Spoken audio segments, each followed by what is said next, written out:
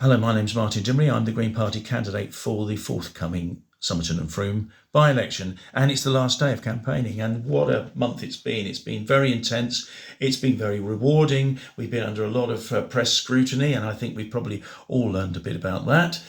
Anyway, I couldn't help but notice more important things on the news, and that's climate change in action. We're seeing unprecedented temperatures in China, in North America, and in continental Europe, in the Mediterranean. And the Green Party's been warning about this for the last 50 years.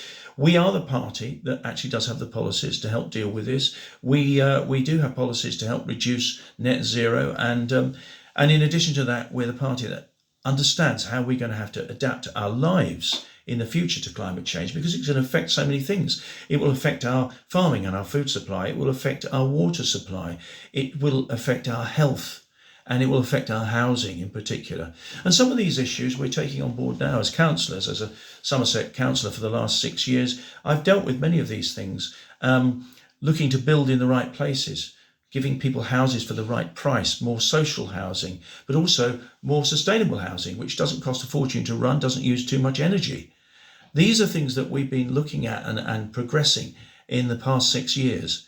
In addition to that, public health, something that is very important, because with these weather conditions, people get sick rapidly. We've had a very bad health scare with COVID, but it was me who actually lobbied to make sure we had a COVID testing centre in Frome, because we were overlooked.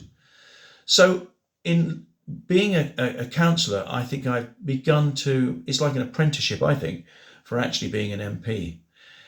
You know, I stood for the last 2 council elections in 2 very big wards in 2 different areas of Frome. If you combine those populations, you get about nearly 20% of the voting public of Somerton and Frome. And I won more than 50% of the votes in the last council election. So I'm hoping people who had faith in me then will have faith in me now, because this is not a general election. This won't change the government.